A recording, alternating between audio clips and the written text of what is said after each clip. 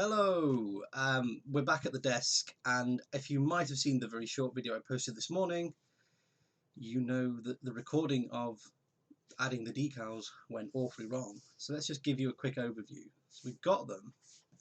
You see they're moulded to the shape of the panel and the ribs in the wing and down the side of the fuselage really quite well. I did have a bit of a snafu in that I hadn't lined this side up properly. I did it very late at night. This needed to be further forward. The roundel needed to be roughly in line with the aerial, like that one. The other thing that was missed were adding the navigation lights with PVA and adding our painted on. This is masking tape that's been painted and then drilling through to make the guns again. Remember, I'm going to pose this as if it's just landed. So I wanted in here the holes drilled, so they're drilled through the paper, and because it's a paper rather than a decal transfer, it stands up. Now these decals went on last night and they are ready to be sealed on, and what I'm going to seal them on with is more matte varnish. It seems like a very boring process, but it's absolutely critical. So the order was prepare the cockpit, prepare inside the fuselage compartment. Then we did the basic assemble and painted. Then I painted details like the prop and these the exhaust pipes. The exhaust pipes have been rust weathered. You can actually see that, but they've been rust weathered already, because that's a lighter colour than the dark exhaust smoke we're going to add here. We're going to add a lot of it, we're going to add some of it. Then when the paint had gone on, it was left. So that was 2 weekends. This is now the third weekend that I'm building this very simple model, because you have to give the paints time to go off. So where have I got to in regards feedback for myself? Well, we can see that seam line. Yeah, I should have done something with that.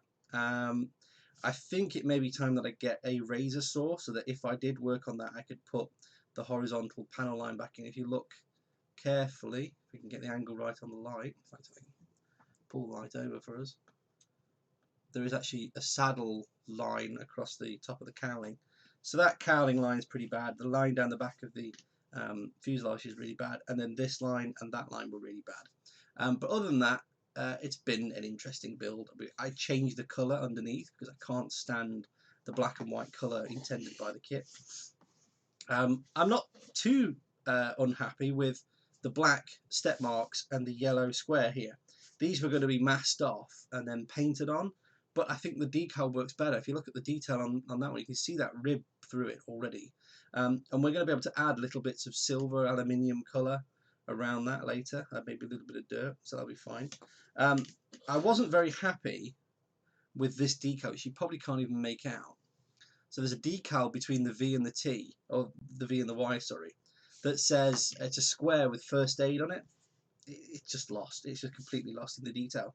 And it doesn't help that the VY and the roundel it's a very big single piece decal. Now I should have cut around the roundel and put it on, and then cut more around the letters and put them on, because it left a shiny sheen. Even with microsol and microset, it's left a sheen. In fact, you can see it quite well there, how matte the green is and then how shiny the decal is. The same can be said for the tail decals. They're quite shiny. So that's where we were. That's what we recorded. These are the leftover water from last night, but we need to do some varnishing now, and it's literally a 10-minute job. It's not a long one, so let's pick an empty spot. I want 50-50 ish with the water.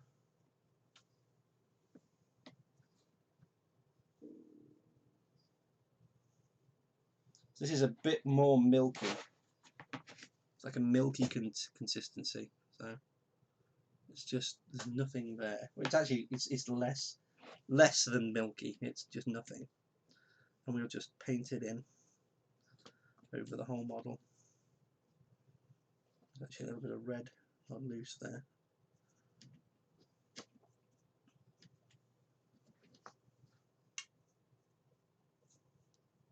I am missing the canopy a little bit, but I will let it go into the cockpit a little bit more, because anything to protect those belts in there and the detail is good.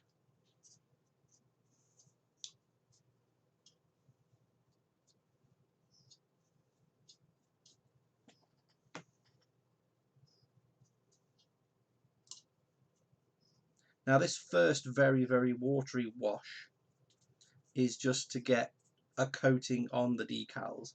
I will do another wash that is slightly less dilute, because we need to protect the decals from the weathering we're going to add probably tomorrow now.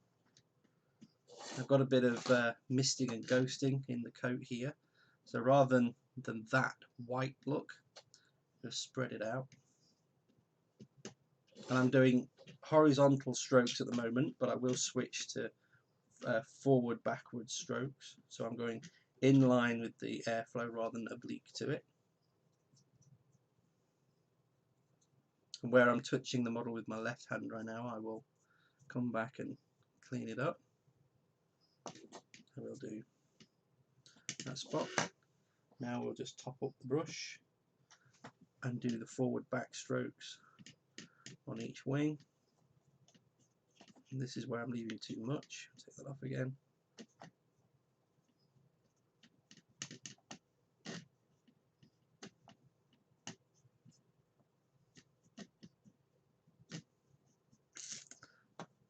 This is the relaxing moments. These are the moments where there's no pressure of getting it right or wrong. You're just doing the job of getting your aircraft sorted out.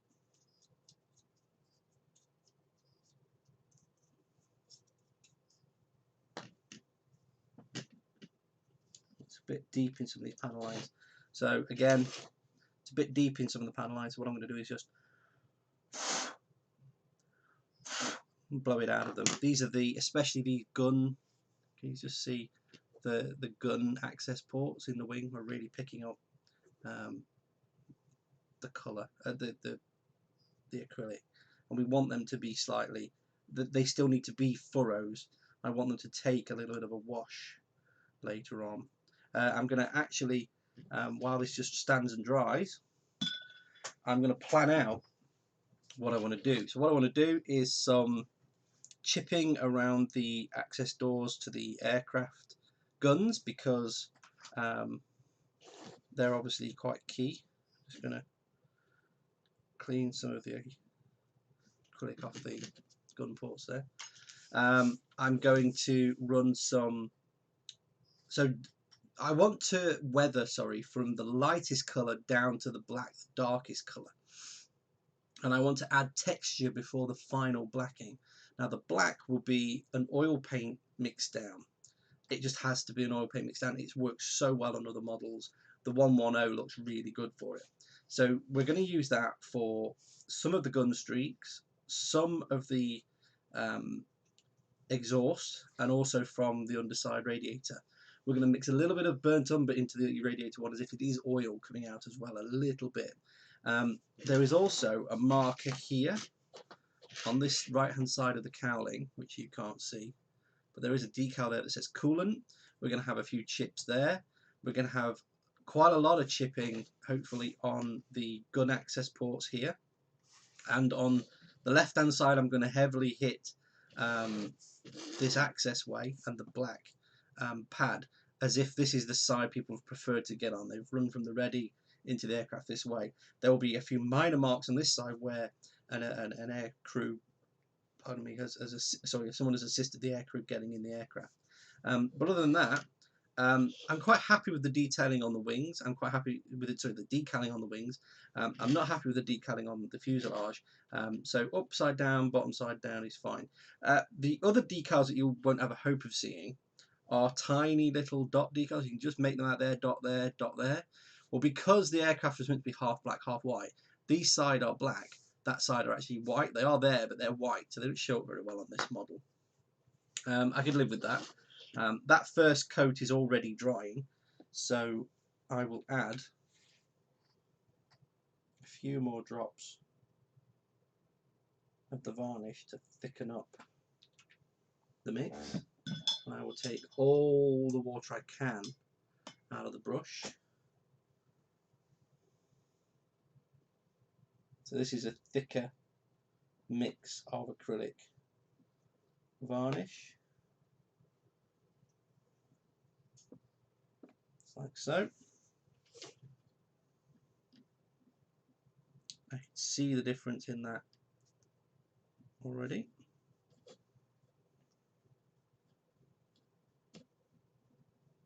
Just like that.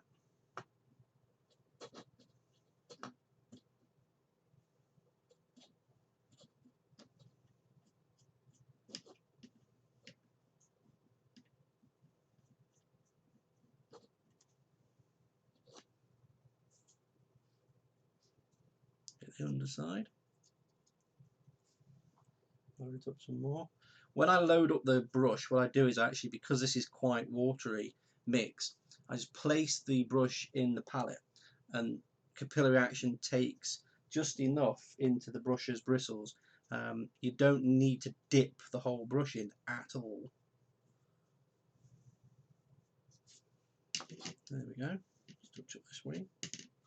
Left a bubble now. That's the second slightly heavier coat, and I notice a little bit of glossing on this decal. I don't know if I can rescue that. It's clearly the water from the mix we've just put on has gone to lift the decal a little. So let me try and... Nope. Nope, you have to live with that. So that decal, those side decals have really, really, you know, made for a difficult build there. I could understand why this is a beginner's set. It's a common set that kids might pick up first because, you know, the heroic Spitfire, the next one along, what would they maybe do if they're going to take up the hobby? Oh, let's try the Hurricane. I can see that. Unfortunately, I think the side decal lets it down, and I think the complexity in the undercarriage bay lets it down. Now, I did build, of course, a Hurricane before when I was a kid myself. It was nothing like this. This is a completely new tooling. There was none of the detail in the cockpit. Oh yeah, in the cockpit, of course, it was very easy from the instructions to get the decal for the gauges on the wrong side of the panel. The actual cockpit panel was angled such that you think, oh well, that's you know, I sit in a plane and the controls would angle away from me, but no, they actually angle up and towards you in this aircraft, and the feet piece comes past the seat. It's very counterintuitive to what you think it should do. So beware. There we go. Anyway, she's had 2 coats. That's been 15 minutes. This is now it. It's 15 minutes. Absolutely leave it. This will go back over there on my drying shelf, because I have a special shelf just beyond the camera there that is just for models to sit and set. They are not touched by the curtains blowing in the wind. They're not touched by people leaning over to the window. They are out over here, out of the way. No big deal. So thanks for watching. My second apologies for you missing the decaling. It was a good video, guys. It was a good video. It was half an hour. It was to the point. We added these the lights. We added in the week-long time I'd taken to put the gun covers on. So what these were, if I can find it, I put a piece of masking tape, and each day last week I put 1 layer of paint on it. So there were 5 layers of absolutely dried paint on the piece of tape. And then got the tape off here, laid it out on here. You can see these scratches, and I cut it to the right size to fit over the gun ports, and then used the drill, the micro drill, to re-drill the holes. We're going to pose this if it's been in combat and landed. We're going to put some soot coming from the gun, so it all made sense and it looked really good. I had it all focused absolutely really quite well for those to be looking perfect. And the video died, so I can only apologise. The PC itself has got issues today. It just wouldn't find the VGA a moment ago. I got a 1080 GTX in there, but it just wouldn't boot, wouldn't find it. I need to sort out my storage. My local storage is full. My overclock has failed. I wonder actually if the battery in the motherboard is perhaps getting a bit old because it's lost its settings and it keeps forgetting the drive settings. So there's something going on. It is a very old motherboard. I've had that motherboard 10 years. So it was of the first i7 I ever bought. It was a, I can't even remember the spec of it. It was a quad core, hyper-threaded 8-core machine. About 2.5–3 years ago, I upgraded it to a Xeon with 6 cores, 12 threads, and overclocked that on air to 4 gigahertz. It's lost the overclock right now. We're running at 2.6 gigahertz or something. It's just playing up, and I'm at the point where I think I might retire the whole machine and look something newer. We'll see. That's technology rather than model making, but we'll see. But my apologies, there are things going on for. You can see the amount of, even with the tiny amount of varnish in there, you can see how much has been washed off there. So you can imagine now there's a nice plastic layer sealing all this in. Bye bye.